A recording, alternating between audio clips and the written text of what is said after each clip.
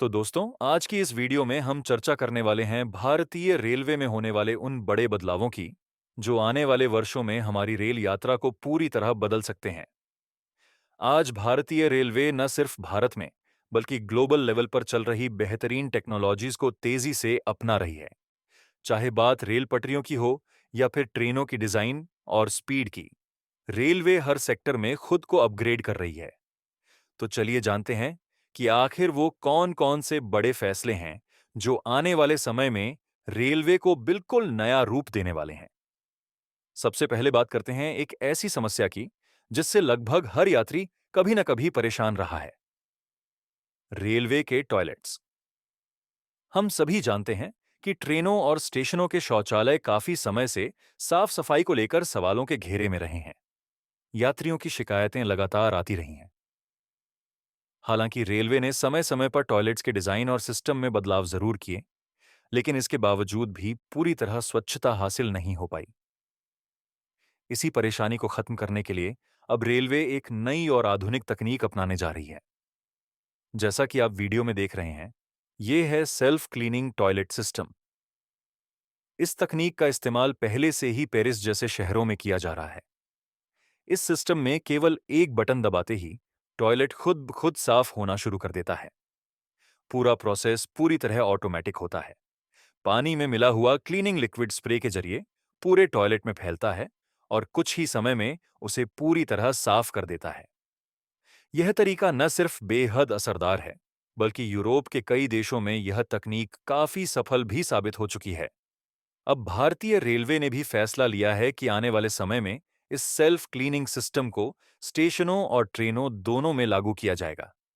खास बात यह है कि इस तकनीक की लागत हमारे पारंपरिक टॉयलेट सिस्टम के मुकाबले काफी कम पड़ती है।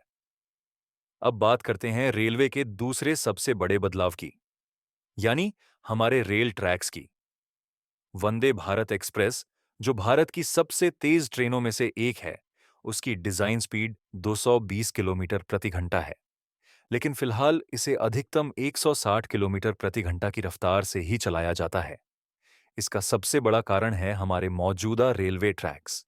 आज के ट्रैक्स इतनी अधिक स्पीड को लंबे समय तक सुरक्षित रूप से सहन नहीं कर पाते।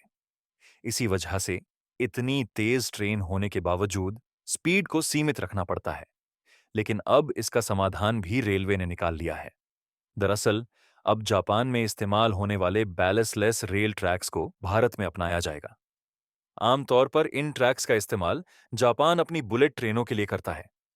भारत में भी इन्हें बुलेट ट्रेन कॉरिडोर में तो लगाया ही जाएगा, साथ ही धीरे धीरे हमारे पुराने ट्रैक्स को भी इन नए बैलेस्टलेस ट्रैक्स से बदला जाएगा। क्योंकि आने वाले समय में भारत में वंदे भारत जैसी लगभग 420 नई ट्रेनें बनने वाली हैं।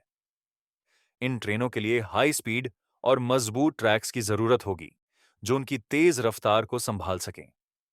आपको जानकर हैरानी होगी कि हर साल भारत में लगभग स्विट्जरलैंड के बराबर क्षेत्रफल जितने नए रेल ट्रैक्स बिछाए जा रहे हैं, यानी करीब 5,000 किलोमीटर नए ट्रैक्स हर साल तैयार किए जा रहे हैं। जब यह काम पूरा हो जाएगा, तो रेलवे और भी नई हाई स्पीड ट्रेनों के निर्माण पर काम करेगी, जो वंदे भारत एक्सप्रेस जैसी होंगी।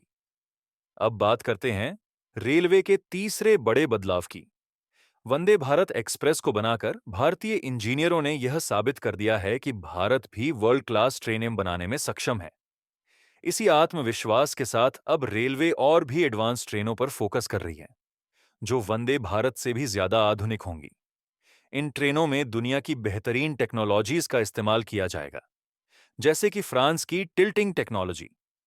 यह तकनीक तब काम आती है जब ट्रेन तेज रफ्तार पर घुमावदार ट्रैक से गुजरती है। टिल्टिंग सिस्टम की मदद से ट्रेन बिना स्पीड कम किए आसानी से मोड़ ले पाती है और यात्रियों को झटका भी महसूस नहीं होता। इसके अलावा मैग्नेटिक लेविटेशन टेक्नोलॉजी भी रेलवे के भविष्य का हिस्सा बनने वाली है। दुनिया में फिलहाल केवल दो देश इस तकनीक पर ट्रेनें चला रहे हैं, पहला जापान और दूसरा चीन। इन ट्रेनों को मैगलेव ट्रेन कहा जाता है। इस सिस्टम में ट्रेन पारंपरिक रेल पटरियों पर नहीं चलती, बल्कि मैग्नेट की मदद से हवा में थोड़ी ऊपर तैरते हुए दौड़ती है। इसके लिए एक अलग तरह का कॉरिडोर बनाया जाता है, बिल्कुल बुलेट ट्रेन कॉरिडोर की तरह। भारतीय रेलवे भी इस प्रोजेक्ट पर काम कर रही है। आईआईटी मद्रास के साथ मिलकर इस तकनीक का एक सफल प्रोटोटाइप पहले ही तैयार किया जा चुका है। अब सिर्फ एक टेस्टिंग कॉरिडोर बनाया जा रहा है, जहां इस ट्रेन की ट्रायल रनिंग होगी।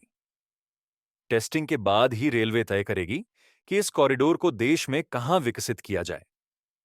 अब बात करते हैं भारत की सबसे तेज भविष्य की ट्रेन की, यानी बुलेट ट्रेन। इस प्रोजेक्ट में भी रेलवे ने एक बड़ा फैसला लिया है। पहले बुलेट ट्रेन के सेट जापान से मंगाए जाने वाले थे, जिन्हें हिताची और कावासाकी कंपनियां बनाती। लेकिन जब ट्रेन खरीदने की बात आई, तो इनकी कीमतें काफी बढ़ा दी गईं।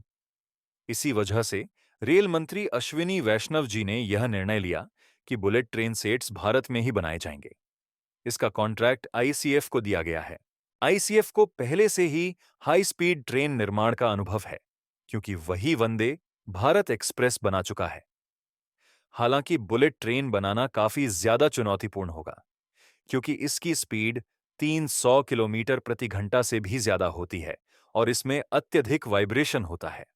साथ ही इसमें इस्तेमाल होने वाली तकनीक सामान्य ट्रेनों से बिल्कुल अलग होती है।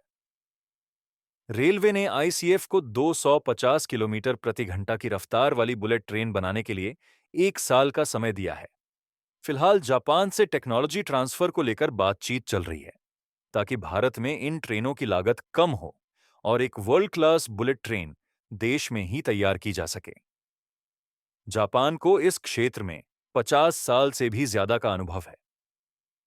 अब देखना यह होगा कि आने वाले समय में यह प्रोजेक्ट किस दिशा में आगे बढ़ता है। इसके अलावा रेलवे स्टेशनों को लेकर भी कई बड़े बदलाव किए जा रहे हैं। देश भर में 250 से ज्यादा स्टेशनों को रीडेवलप किया जा रहा है।